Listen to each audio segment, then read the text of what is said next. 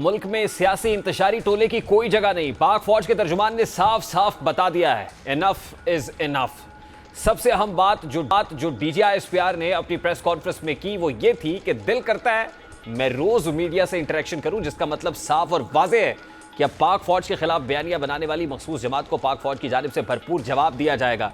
और दूसरी अहम बात इस मैसेज के जरिए से इस हुकूमत के लिए भी है कि हुकूमत जो अफवाज पाकिस्तान के खिलाफ प्रोपेगेंडा हो रहा है उस प्रोपेगेंडे का मौसर जवाब देने में नाकाम है कि अब खुद तर्जुमाने पाक फौज को मैदान में आकर यह कहना पड़ रहा है कि दिल चाहता है कि रोज मीडिया से इंटरेक्शन करूं और उस प्रोपेगेंडे का जवाब दूं, जो इटसेल्फ एक चार्जशीट इस हुकूमत के अगेंस्ट भी है कि हुकूमत पाक फौज के खिलाफ जो प्रोपेगेंडा हो रहा है उसका मौसर तोड़ करने में बुरी तरह नाकाम है। पाक फौज के तर्जुमान ने दो टोक अंदाज में बता दिया है कि फौज कसीरुज्जहती, जिसे मल्टी प्रोंग्ड स्ट्रैटेजी कह रहे हैं, कि वो ऑपरेशन करेगी जिसमें दहशतगर्दों के अलावा कौमी सलामती के अहम मामलात को नुकसान पहुंचाने वाले अंदरूनी अनासर के खिलाफ भी उनका कला कमा किया जाएगा। ये ऑपरेशन पाक फौज के खिलाफ फर्जा सराई करने वालों के खिलाफ होगा। ये ऑपरेशन डिजिटल माफिया, जिन्हें वो डिजिटल दहशतगर्द कहते हैं, सियासी माफिया, दहशतगर्दों की सहूलतकारी एयानत करने वालों के खिलाफ होगा।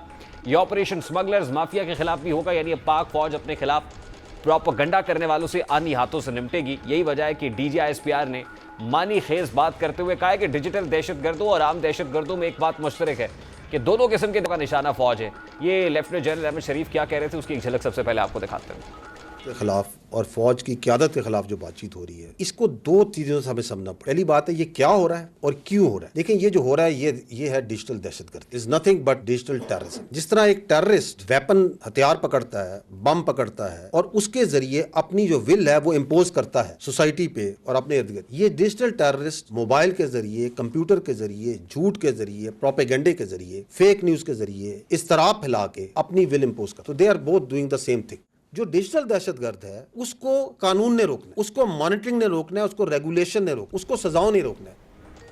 अब देखा जाए तो एक मखसूस जमात के हवाले से सख्त रद्द-ए-अमल है। एक सियासी जमात पर अब पाबंदी लगने की भी बात हो रही है और ऐसे वक्त में पाक फौज के तर्जुमान का यह बयान बहुत अहमियत का हामिल है। यानी अब पाक फौज के सब्र का पैमाना लबरेज हो चुका है। DGISPR की गुफ्तगू से वाज़ेह हो चुका है कि अब बहुत हो चुका है। इंतशार फैलाने वाले सियासी टोले के साथ अब कोई नरमी नहीं बरती जाएगी। अब जाहिर है सोशल मीडिया के जरिए इदारों के खिलाफ नफरत इंगिज़ मुहिम तहरीक इंसाफ चला रही है और इदारों के खिलाफ फर्जा सराई इस कदर बढ़ चुकी है कि अब पानी सर के ऊपर से गुजर रहा है। और आज PTI के सेक्रेटेरिएट में कायम डिजिटल मीडिया सेल के मरकजी दफ्तर पर छापा भी मारा गया है। कानून नाफिज करने वाले इदारों ने शवाहिद की बुनियाद पर ये चीज़ें कॉन्फिस्केट की हैं। इस्लामाबाद पुलिस के मुताबिक PTI का डिजिटल मीडिया मरकज़ इसमें इन्वॉल्व है। जो मिस इन्फॉर्मेशन है या डिस इन्फॉर्मेशन है उसका सेंटर या मरकज़ बना हुआ था और पूरी दुनिया में पाकिस्तान मुखालिफ प्रोपेगेंडा यहाँ से कराया जाता था।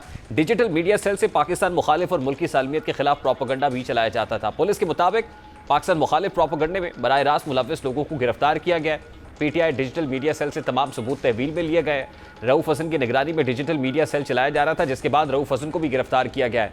अब आज DGISPR की जानिब से एक मखसूस सियासी जमात को डिजिटल दहशतगर्द कहा गया। दूसरी जानिब PTI के डिजिटल मीडिया सेल पर पुलिस ने ऑपरेशन भी किया, जिसके बाद ये वाज़ेह हो चुका है कि अब तहरीक इंसाफ मजीद मुश्किल में आने वाली है। ये वो जमात है जिसने साल 9 मई किया और इदारों के खिलाफ अवाम को गुमराह करने की कोशिश की। और आज DGISPR ने इस हवाले से क्रिमिनल जस्टिस सिस्टम पर भी सवाल उठाते हुए कहा है कि 9 मई के सहूलतकारों को अदालत रिलीफ देगी तो परवान चढ़ती जाएगी। DGISPR ख़ास तौर पे जो जुडिशल प्रोसेस है, क्रिमिनल जस्टिस सिस्टम की जो इनइफेक्टिवनेस है उस पर क्या कह रहे थे, ज़रा वो भी आपको दिखाते हैं। ये इसलिए हुआ कि आप कानूनी निज़ाम, जो आपका अदालती निज़ाम है, जो 9 मई के करने वाले हैं, उसके जो सहूलतकार हैं, उसके जो मनसूबा साज हैं, जब वो उनको ढील दे, उनको कैफरे करदार पे नहीं पहुंचाएंगे तो मुल्क के अंदर इंतशार और ये जो मॉब मेंटेलिटी है, ये फाशिज्म है, ये फस्तायत है, ये मजीद फैलेगी।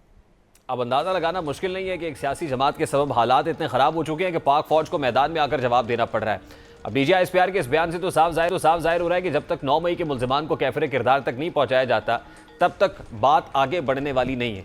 बात सिर्फ यहीं पर ख़त्म नहीं होती। DGISPR ने दहशतगर्दों के खिलाफ ऑपरेशन में इस्तेहकाम की मुखालफत करने वालों को भी मुंह तोड़ जवाब देते हुए कहा है कि माफिया ऑपरेशन की मुखालफत कर रहा है, मुझे इसकी वजह समझ नहीं आती। इस हवाले से जनरल अहमद शरीफ क्या कह रहे थे वो भी आपको दिखाते हैं।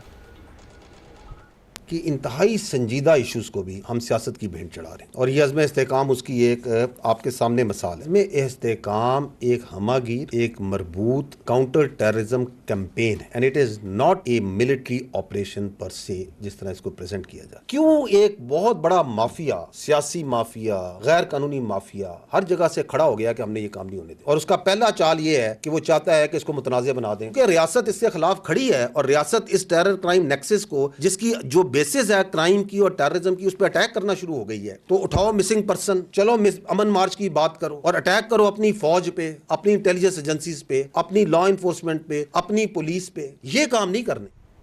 अब DGISPR की इस प्रेस कॉन्फ्रेंस के ये जो प्रेस कॉन्फ्रेंस हुई है, इसका अगर मफहूम समझा जाए तो बात वाजे हो गई है कि जो सियासतदानों के करने वाले काम है और सियासी हुकूमतों के करने वाले काम है, वो उसमें भी जो इनफेक्टिवनेस रही है over the period of time, as far as दहशत गर्दी इज कंसर्न, टेररिज्म के ऊपर नेशनल एक्शन प्लान भी बना, नेक्टा जैसा इदारा भी बना, CTD को भी बनाया गया मगर फॉल नहीं हो सका, नेशनल एक्शन प्लान की 14 निकात पर अमल दरामद नहीं हो सका। ये सियासी हुकूमतों ने करना था, ये सियासतदानों के करने का काम था। पाक फौज तो in the line of duty है, in the line of duty Pak फौज के सिपाही जो है वो जाम शहादत नोश कर रहे हैं, अफसरान जो है वो जाम शहादत नोश कर रहे हैं। But enough is enough now.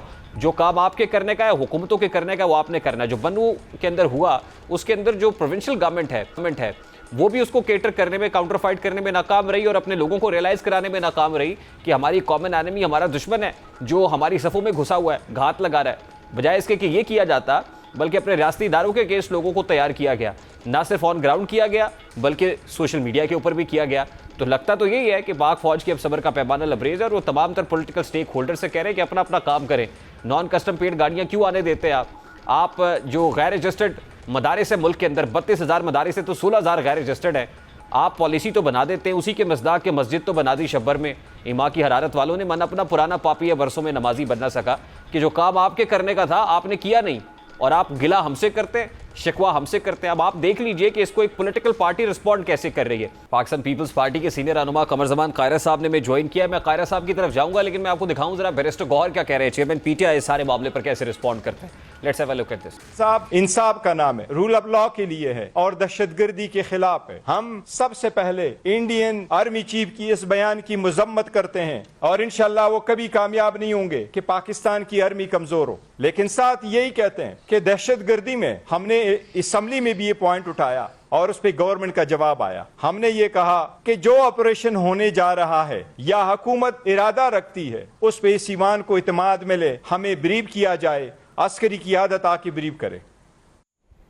अब अगर सियासी माफिया है जो इस्तेलाह आज इस्तेमाल की गई, अगर क्राइम टेरर नेक्सस है और फिर डिजिटल दहशत गर्दी और डिजिटल दहशत गर्द कर रहे हैं, तो फिर क्या वाकई एक पॉलिटिकल पार्टी के अगेंस्ट जो अता तारड़ साहब ने प्रेस कॉन्फ्रेंस की थी हुकूमती इमाम पर, अगर वो है आपके पास तो ज़रा चला दीजिए, फिर मैं कायरा साहब की तरफ बढ़ता हूँ। वो कह रहे थे कि ये दोनों एक साथ नहीं चल सकते, एक पॉलिटिकल पार्टी और मुल्क और कौमी सलामती नहीं चल सकते साथ। वो क्या कह रहे थे ज़रा वो भी, अच्छा चलिए वो रेडी करते हैं। इन द मीनवाइल कायरा साहब ने मैं ज्वाइन